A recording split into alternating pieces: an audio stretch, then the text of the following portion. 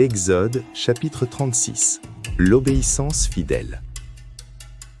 Betsaël, Oliab et tous les hommes habiles, en qui l'Éternel avait mis de la sagesse et de l'intelligence, pour savoir et pour faire, exécutèrent les ouvrages destinés au service du sanctuaire, selon tout ce que l'Éternel avait ordonné. Moïse appela Betsaël, Oliab, et tous les hommes habiles, dans l'esprit desquels l'Éternel avait mis de l'intelligence, tous ceux dont le cœur était disposé à s'appliquer à l'œuvre pour l'exécuter.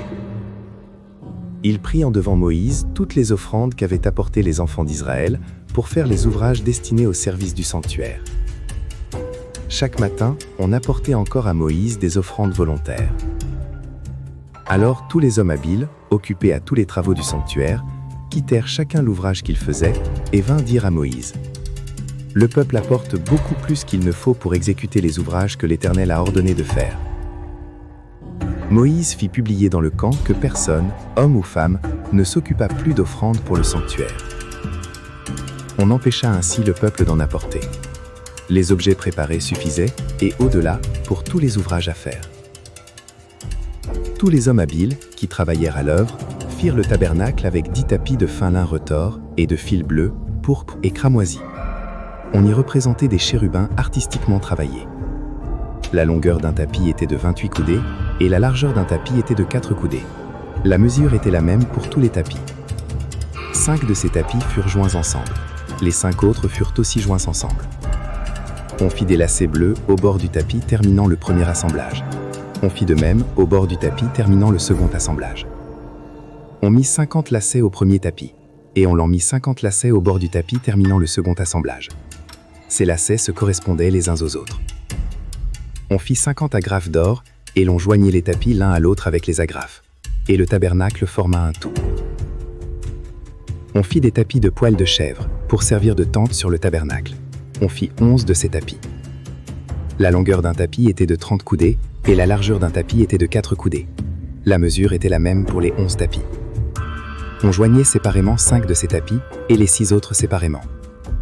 On mit 50 lacets au bord du tapis terminant un assemblage, et on l'en mit 50 lacets au bord du tapis du second assemblage.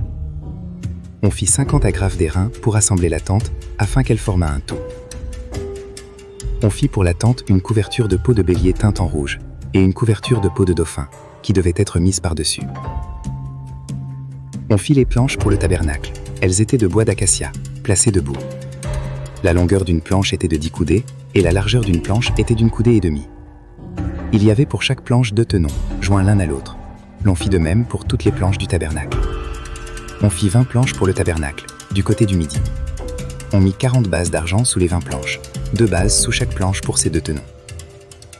On fit 20 planches pour le second côté du tabernacle, le côté du nord, et leurs 40 bases d'argent, 2 bases sous chaque planche. On fit 6 planches pour le fond du tabernacle, du côté de l'Occident. On fit 2 planches pour les angles du tabernacle dans le fond. Elles étaient doubles depuis le bas et bien liées à leur sommet par un anneau. On fit de même pour toutes aux 2 angles. Il y avait ainsi 8 planches, avec leurs bases d'argent, soit 16 bases, 2 bases sous chaque planche. On fit 5 barres de bois d'acacia pour les planches de l'un des côtés du tabernacle, 5 barres pour les planches du second côté du tabernacle, et 5 barres pour les planches du côté du tabernacle formant le fond vers l'Occident. On fit la barre du milieu pour traverser les planches d'une extrémité à l'autre. On couvrit d'or les planches, et l'on fit d'or leurs anneaux pour recevoir les barres, et l'on couvrit d'or les barres. On fit le voile de fil bleu, pourpre et cramoisi, et de fin lin retors. On le fit artistiquement travailler, et on y représentait des chérubins. On fit pour lui 4 colonnes d'acacia, et on les couvrit d'or. Elles avaient des crochets d'or, et l'on fondit pour elles 4 bases d'argent. On fit pour l'entrée de la tente un rideau de fil bleu, pourpre et cramoisi, et de fin lin retors. C'était un ouvrage de broderie. On fit ces 5 colonnes et leurs crochets, et l'on couvrit d'or leurs chapiteaux et leurs tringles. Leurs 5 bases étaient d'airain. Méditons. Les artisans exécutent exactement ce que Dieu a ordonné. L'obéissance honore Dieu. Prions. Seigneur, aide-moi à obéir fidèlement à ta parole. Amen. Chers frères et sœurs, merci d'avoir suivi cette méditation sur Parole de Dieu au quotidien. Si cette vidéo t'a touché, mets un like, abonne-toi et active la cloche pour ne rien manquer. Chaque jour, laisse la parole de Dieu fortifier ta foi, apaiser ton cœur et illuminer ton chemin. Partage cette vidéo pour que la lumière de Dieu continue de briller dans le monde. Et souviens-toi, Dieu t'aime et marche avec toi, chaque jour. À très bientôt, dans une nouvelle méditation de Parole de Dieu au quotidien.